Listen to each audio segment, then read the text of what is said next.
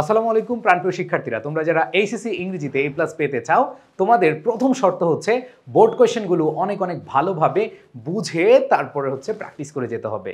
আর তোমরা যারা গ্রামার নিয়ে বিশেষ করে ইংলিশ সেকেন্ড পেপারের প্রত্যেকটা টপিকে শুধু রুল মুখস্থ করে যাও, রুল মুখস্থ করে গিয়ে যখন প্রশ্ন দেখো তখন আর রুল অ্যাপ্লাই করতে পারো না। তোমাদের জন্য আমার প্রথম মেডিসিন হলো যে তোমরা রুল পড়া বাদ দিয়ে তোমরা হচ্ছে অ্যাপ্লিকেশন শিখো, প্র্যাকটিস শিখো। হ্যাঁ, অনেকে বলবে যে ভাই রুল না পড়লে কিভাবে অ্যাপ্লিকেশন করবো। ইয়েস, তুমি যতটুকু রুল পড়বে তার চেয়ে বেশি হচ্ছে অ্যাপ্লিকেশন করবে, মানে প্র্যাকটিস করবে, তাহলে দেখবা যে তোমার ওই পড়াটা ইফেক্টিভ হবে। সো আমি কথা না বাড়িয়ে চলে যাচ্ছি তোমাদেরকে রাইট ফর্ম অফ ভার্বের দিনাজপুর বোর্ড 2024-এর প্রশ্ন সমাধানে, এবং আমি চেষ্টা করব টেকনিকের মাধ্যমে।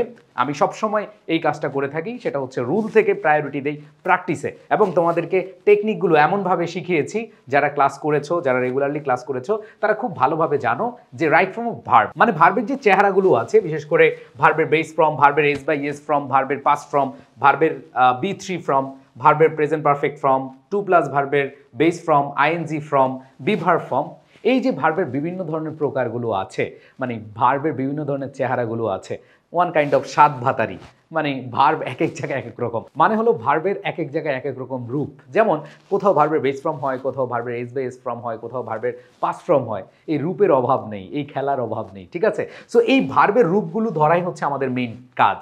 সো আমি কিন্তু এগুলো খুব সুন্দরভাবে তোমাদেরকে পড়িয়েছিলাম টপিক ওয়াইজে, যেহেতু আমি প্রশ্ন সলভ করবো, মানে হচ্ছে আজকে দিনাজপুর বোর্ড 2024-এর প্রশ্ন সলভ করবো, তারপর আমি তোমাদেরকে দেখাচ্ছি কোথায় আমরা ভার্বের বেস ফর্ম বসাই। এই যে তোমরা দেখো, এই যে কালার আছে, এই কালারগুলো থাকলে ভার্বের বেস ফর্ম, এই যে এগুলো থাকলে ভার্বের এস বাই এস ফর্ম, তারপর হচ্ছে অতীতের গল্প যদি হয়, এবং লাস্ট টাইম, অনস আপন এ টাইম, অ্যাগো, বিফোর, এগুলো ক্লাসে আমি টেকনিক দিয়ে পড়িয়েছি, এবং একটা স্লাইড পড়লেই তোমার রাইট ফর্ম অফ ভার্ব শেষ, যদি তুমি ভালোভাবে প্র্যাকটিস করো। এখানে দেখো B3 ফর্ম কোথায় বসে, এখানে have, has, had, having, get, এদের পরে B3 ফর্ম বসে, প্যাসিভে B3 ফর্ম বসে, তারপর হচ্ছে প্রেজেন্ট পারফেক্ট টেন্স কোথায় বসে, কখন 2+ ভার্বের বেস ফর্ম হবে, কোথায় আইএনজি ফর্ম হবে, ঠিক আছে? তারপরে হচ্ছে আমাদের কোথায় আইএনজি ফর্ম হয় কোন কোন ওয়ার্ডগুলোর পরে, যেমন stop, start, suggest, keep, mind, with a view to, look forward to, contribute to, committed to, habituated to, hate, help. Help বলতে এখানে can not help, couldn't help, এরও আছে, ঠিক আছে? এরপরে তোমাদেরকে এগুলো পড়িয়েছিলাম অ্যাজ ইফ, অ্যাজ দো এর ব্যবহার। সো এটা হচ্ছে একটা স্লাইড, এই একটা স্লাইডে আমাদের পূর্ণাঙ্গ সমাধান চলে আসে আমাদের রাইট ফর্ম অফ ভার্বে। বাট আমরা আজকে যে বোর্ড কোয়েশ্চেনটা সলভ করতে যাচ্ছি সেটা হচ্ছে দিনাজপুর বোর্ড 2024। সো আমরা চলে যাচ্ছি আমাদের মেইন খেলায়। ওকে, সবাই চলে আসো, সবাই মনোযোগ দাও, একটু খেয়াল করে দেখো ভাইয়া কি বলা আছে। এখানে বলা আছে উই ক্যান নট হেল্প। দেখো একবার শুরুতেই আছে ক্যান নট হেল্প। আমরা এইখানে একটু আগে যদি আমরা দেখি, stop, start, suggest, committed to, habituated to, hate, help, help ছিল, মানে can not help, couldn't help, এদের পরে ভার্ব প্লাস কি বসে, আইএনজি বসে, খেলা শেষ। দ্যাট মিনস এটা রিলাই আছে, হয়ে যাবে রিলাইং। নাম্বার 1 ডান। এবার আসি আমরা নাও ইংলিশ ইজ, এই যে অক্সিলারি ভার্ব আছে, ইংলিশ ইজ ইউজ। ইংলিশকে নিজে নিজে ইউজ হয় না, ইংলিশটা কি অনের মাধ্যমে ইউজড হয়, তার মানে এখানে অবশ্যই কি হবে, প্যাসিভ হবে। আর আমরা জানি প্যাসিভ হলে এম ইজ আর এরপরে B3 বসে। সো আমরা একটু খেয়াল করি, এখানে নাও ইংলিশ ইজ, এখানে অবশ্যই কি হবে, ভার্বের পাস্ট পার্টিসিপল ফর্ম হবে, ইজ ইউজড হবে, কি হবে, ইজ ইউজড, শেষ। এরপরে আমরা দেখব ইট রিকগনাইজ, একই জিনিস আবার চলে আসছে। ইংলিশ যেহেতু নিজে নিজে ইউজ হতে পারে না, অথবা এখানে ইট, ইট মানে বলতে ইংলিশকে বুঝিয়েছে, ইট এটা যেহেতু নিজে নিজে রিকগনাইজড হয় না, দ্যাট মিনস এটাও কি প্যাসিভ। আর আমরা জানি প্যাসিভ হলে এইখানে ইট রিকগনাইজ হয় না, কি হয়, ইট ইজ রিকগনাইজড। আমরা প্যাসিভ মুড কিভাবে ব্যবহার করি, অক্সিলারি ভার্ব প্লাস B3, মানে be verb plus B3। So অবশ্যই ইটের সাথে এম বসবে না, ইটের সাথে আর বসবে না, ইটের সাথে অবশ্যই কি হবে, ইজ হবে, এরপর রিকগনাইজড হবে। তাহলে it is recognised as an international language, এটা আন্তর্জাতিক ভাষা হিসেবে স্বীকৃত। ইংলিশ ইজ ইম্পর্টেন্ট ফর, একটু খেয়াল করে দেখব আমাদের যে টেকনিকটা রয়েছে, টেকনিকটা খেয়াল করে দেখো, প্রিপোজিশনের পরে ভার্ব প্লাস আইএনজি বসে, প্রিপোজিশন অথবা হোয়াইল, এদের পরে ভার্ব প্লাস কি বসে, আইএনজি বসে। সো আমরা এখানে দেখতে পাচ্ছি আমাদের কোশ্চেনে ফর হচ্ছে preposition, in, at, by, with এর হচ্ছে প্রিপোজিশন, এবং এদের পরে ভার্ব প্লাস আইএনজি হয়। কিন্তু একটা ঝামেলা আছে, যদি টু থাকে, কি থাকে, টু প্রিপোজিশন থাকে, মনে রাখবা টুর পরে ভার্বের বেস ফর্ম বসে, টুর পরে ভার্বের বেস ফর্ম বসে। সবাই একটু খেয়াল করে দেখো যে ফর, ইন, অ্যাট, উইথ এই যে প্রিপোজিশনগুলো আছে সেগুলোর পরে ভার্ব প্লাস আইএনজি বসে, কিন্তু টু এটা হচ্ছে ঘাটতেরা, বুঝছো? একটু ঘাটতেরায় বলে না আমি আইএনজি নিব না, আমি ভার্বের বেস ফর্ম নিব।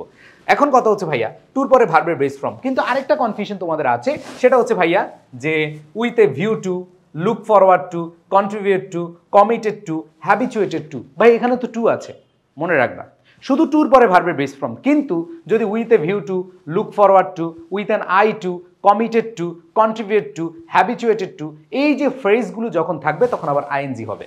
ওকে, খেয়াল করে দেখো, জাস্ট একটা স্লাইড, আমি একটা স্লাইড, তোমরা যারা আমার ক্লাসগুলো করেছো তোমরা বুঝতে পারছো যে আমি জাস্ট এই একটা স্লাইডের মধ্যে তোমাদের পুরো পুরো রাইট ফর্ম অফ ভার্ব খতম করে দিয়েছি। সো আমরা প্র্যাকটিসগুলো এভাবেই করব। তো এখানে তোমরা মনে রাখবা ফর হচ্ছে প্রিপোজিশন, এরপর আইএনজি হবে, বাট টু প্রিপোজিশন, কিন্তু এরপরে ভার্বের বেস ফর্ম হবে। তবে with a view to, look forward to, with an eye to, যেই ফ্রেজগুলো আছে এদের পরে আইএনজি ফর্ম হবে। আশা করি সবাই ক্লিয়ার। তাহলে দেখো, it is important for maintain, তার মানে অবশ্যই কি হবে, ফর হচ্ছে প্রিপোজিশন, মেনটেনিং হয়ে যাবে, কি হয়ে যাবে, মেনটেনিং হয়ে যাবে। এরপরে আমরা যদি দেখি a good command over English as well as, এখানে আমরা দেখতে পাচ্ছি বি ভার্ব আছে। সো আমরা জানি যে বি ভার্ব থাকা মানে কি, আমাদের শূন্যস্থানে হয় এম বসবে, হয় ইজ বসবে, হয় আর বসবে, হয় ওয়াজ বসবে, না হলে ওয়ার বসবে। যদি ঘটনা বর্তমানের হয় এম ইজ আর হবে, আর যদি অতীতের হয় তাহলে ওয়াজ ওয়ার হবে। অবশ্যই ইংরেজির এটা বর্তমান কালের কাহিনী, সো এটা যেহেতু বর্তমান কালের কাহিনী, আমাদের অ্যান্সার হতে পারে এম অথবা ইজ অথবা কি আর। এখন কথা হচ্ছে আমরা কাকে নিব। অবশ্যই খেয়াল করবা এই যে অ্যাজ ওয়েল এজ এর আগের সাবজেক্ট এ গুড কমান্ড, এটা অবশ্যই কি ভাইয়া, সিঙ্গুলার। এটা যেহেতু সিঙ্গুলার তাহলে আমাদের সিঙ্গুলার সাথে এম হয় না, আর হয় না, অ্যান্সার কি হবে, ইজ হবে। তার মানে অ্যান্সার এখানে কি, ইজ। এরপরে কোশ্চেন আমরা দেখব, আবার আসছে বি ভার্ব। বি ভার্ব মানে কি, এম ইজ আর ওয়াজ আর, যেহেতু এটা অতীতের না এখানে ওয়াজ আর হবে না, অবশ্যই কি হবে, এম ইজ আর। এখন কথা হচ্ছে 80% ইনফরমেশন, পার্সেন্টেজ মনে রাখবা, here, there, percentage, fraction, some, more, এদের পরের সাবজেক্ট অনুযায়ী ভার্ব বসে। এই যে এখানে information singular, information uncountable noun singular, আর সিঙ্গুলার থাকা মানে হচ্ছে কি ভাইয়া, বি ভার্ব হিসাবে এম হবে না, আর হবে না, অবশ্যই আমাদের কি হবে অ্যান্সার, ইজ হবে। এইখানে অ্যান্সার কি হবে, ইজ হবে। এরপরে question with a view two, খেয়াল করে দেখো, আমি তোমাদেরকে একটু আগে বুঝিয়েছিলাম যে টুর পরে ভার্বের বেস ফর্ম হয়, but with a view to, look forward to, with an eye to, এদের পরে ভার্ব প্লাস কি বসে, আইএনজি বসে, এদের পরে ভার্ব প্লাস কি বসে, আইএনজি বসে। ডান, ওকে। এরপরে খেয়াল করে দেখো পরেরটা, we have to, modal verb. Have to হচ্ছে কি, মডাল ভার্ব। আসো তোমাদেরকে একটু দেখাই, তোমরা একটু খেয়াল করে দেখো যে ভার্বের বেস ফর্ম কোথায় হয়। টু এর পরে ভার্বের বেস ফর্ম হয়, মেকলেটের পরে ভার্বের বেস ফর্ম, মডাল ভার্বের পরে বেস ফর্ম বসে। মডাল ভার্ব কোনগুলো, can, could, shall, should, will, would, may, might, have to, has to, had to, মনে আছে, ওড টু, মাস্ট, এগুলো কি ভাইয়া, modal verb. Am to, is to, are to, was to, were to, এগুলো হচ্ছে modal verb. আর এই modal ভার্বের পরে কি বসে, ভার্বের আব্বা ফর্ম বসে, মানে ভার্বের বেস ফর্ম বসে। আবার খেয়াল করে দেখো মডাল ভার্বের পরে এই যে আমরা বলি, যদি দেখি নট, নট প্লাস ভার্ব আছে, তাহলে কি হয়, don't go, didn't go, doesn't go. So এটার আলোচনা পরে করব, সমস্যা নাই। এদের পরে ভার্বের কি বসে, বেস ফর্ম বসে। আবার দেখো সাবজেক্ট আই এর সাথে, উই এর সাথে, ইউর সাথে, দের সাথে, প্লুরালের সাথে ভার্বের বেস ফর্ম বসে। আবার দেখো হি, শি, ইট, সিঙ্গুলার, এদের সাথে ভার্বের এস বাই এস ফর্ম বসে। জাস্ট একটা স্লাইড, এই একটা স্লাইডে পুরো রাইট ফর্ম ভার্ব শেষ। সো আসো, আমরা যেহেতু বিস্তারিত আলোচনা করছি না, আমরা কোশ্চেন সলভ করছি। সো আমরা এখানে আশা করি সবাই পারবো যে উই হ্যাভ টু, এই হ্যাভ টুর পরে ভার্বের আব্বা ফর্ম বসবে। ভার্বের কি, আব্বা ফর্ম মানে বেস ফর্ম, তাহলে লার্ন আছে, লার্নই থাকবে। তোমরা অ্যান্সারগুলো সাথে সাথে লিখে ফেলবা, কারণ আমি যখন বলি তোমরা সেগুলো লিখে ফেলবা, তাহলে তোমার জন্য অনেক ইজি হবে। এরপরে খেয়াল করে দেখো, উই প্রোভাইড উইথ, কোনো কিছু দ্বারা সরবরাহ করা, তাহলে সেই ক্ষেত্রে অবশ্যই প্যাসিভ হবে। তাহলে উই ইজ প্রোভাইডেড উইথ হবে, উই অ্যাম প্রোভাইডেড উইথ হবে না, আমাদের অ্যান্সার হবে কি, we are provided with. That means এটা প্যাসিভ ভয়েসে নিতে হবে, we are provided with the good scope of. আবার দেখো প্রিপোজিশন আসছে, আমরা বলছিলাম প্রিপোজিশনের পরে ভার্ব প্লাস আইএনজি, তার মানে এখানেও কি হবে, ভার্ব প্লাস আইএনজি হবে। সো এইটাও আমাদের অ্যান্সারটি কি, ভার্ব প্লাস আইএনজি হয়েছে। এরপরে খেয়াল করে দেখো পরের শূন্যস্থান, ইংলিশ, এইখানে নাও যেহেতু বর্তমান কাল বোঝাচ্ছে, ইংলিশের সাথে কি হবে, ইজ হবে। English is no longer the native speakers language, now it belongs. আবার দেখতে পাচ্ছি ইট সিঙ্গুলার আছে। সো তোমাদেরকে একটু আগে দেখাইছি, দেখো ইট, এই যে হি, শি, ইট সিঙ্গুলার, এগুলো থাকলে ভার্বের সাথে কি যুক্ত হয়, এস বাই এস যুক্ত হয়। তার মানে অবশ্যই কি হবে, it belongs, S by S যুক্ত হবে, it belongs. So it belongs to the words people.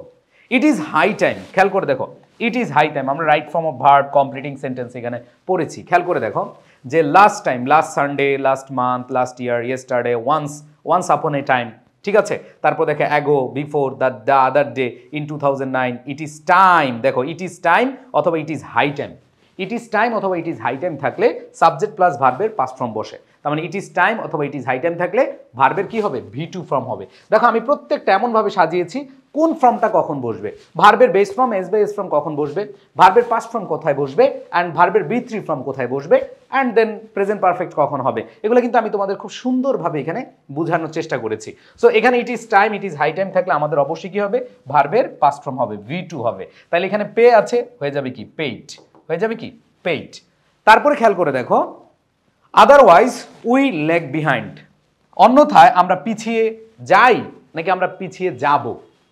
আমরা যদি ইংরেজিটাকে গুরুত্ব না দেই তাহলে আমরা পিছিয়ে যাই নাকি পিছিয়ে যাব? এটা কি বর্তমান না ভবিষ্যৎ? অবশ্যই ভবিষ্যৎ কিছু বোঝাচ্ছে, আর ভবিষ্যৎ বুঝালে আমাদের অবশ্যই কি হবে? শ্যাল উইল ভার্বের বেস ফর্ম, তাহলে উইল ল্যাগ বিহাইন্ড। আমাদের অ্যান্সার কি হবে? Will lag behind. এই যে উইল বসাইতে হবে কারণ এটা ফিউচার সেন্স বোঝাচ্ছে, এই জন্য আমাদের অ্যান্সারটা অবশ্যই কি হবে? ফিউচারে বসাতে হবে। সো আমার প্রাণপ্রিয় শিক্ষার্থীরা, আশা করি এই 14টার সুন্দরভাবে তোমরা এই টেকনিকের মাধ্যমে শেষ করতে পেরেছ। এবং আবারও বলি ভাইয়া, রাইট ফর্ম অফ ভার্ব তোমার লাইফে সব জায়গায় কাজে লাগবে। আর রাইট ফর্মস অফ ভার্ব যদি তুমি 7 পেতে চাও, তুমি 25-এর হও 26-এর হও, যদি 25-এর ফুল মার্কস পেতে চাও তাহলে তোমার প্র্যাকটিসের বিকল্প নেই। আমি চেষ্টা করছি তোমাদেরকে সবগুলো বোর্ড কোয়েশ্চেন সুন্দরভাবে সহজভাবে সমাধান করে দিতে, টেকনিকের মাধ্যমে সমাধান করে দিতে। তোমরা একটু জানাবে কেমন লাগছে। তবে এক ক্লাসে তুমি 7 পাবা না। তুমি যদি সবগুলো বোর্ড কোয়েশ্চেন আমার সাথে সলিউশন করো, তোমার আর কিছু লাগবে না, তোমার আর কিছু লাগবে না, সব কিছু তুমি এখানে পেয়ে যাবা। ওকে, আর সবশেষে যে বিষয়টা তোমাদের ক্লিয়ার করতে চাই, ইংরেজিতে A+ পাওয়ার জন্য তোমাদের রাইটিং পার্ট অনেক অনেক বেশি ইম্পর্টেন্ট। তোমরা যারা রাইটিং পার্টে ভালো করতে চাও, তোমরা সবাই জানো যে রাইটিং পার্টে ভালো করার প্রথম উপায় হচ্ছে ফ্রি হ্যান্ড রাইটিংয়ে ভালো থাকা। তোমার কমন পড়ুক আর না পড়ুক, তোমাকে ফ্রি হ্যান্ড রাইটিংয়ে বস হতে হবে। সো ফ্রি হ্যান্ড রাইটিংয়ে বস হওয়ার জন্য তোমাকে অবশ্যই যেই কোর্সটি অফার করছি সেটা হচ্ছে free hand writing for beginners premium record course আছে। তোমরা চাইলে যারা বানিয়ে লিখতে পারো না, তোমরা বানিয়ে লিখতে পারবে এই কোর্সটি করে। অ্যান্ড দেন যারা হচ্ছে আমার যেভাবে পড়ানো হয়, আমি যেভাবে তোমাদেরকে পড়াই, যেভাবে উপস্থাপন করা হয়, সেটাই আমি আমার বইতে সুন্দরভাবে দিয়েছি। HSC English second paper target A+, এই বইটিতে। যারা এই বইটি অথবা কোর্সটি নিতে চাও অবশ্যই এডুকেশন পেজে নক দিবে অথবা 01810103012 এই নাম্বারে কল দিবে। বইটি রকমারিতে বা অন্যান্য জায়গায় পেয়ে যাবে। সবাই ভালো থাকবে, সুস্থ থাকবে। সকলের প্রতি শুভকামনা। আল্লাহ হাফেজ। আসসালামু আলাইকুম।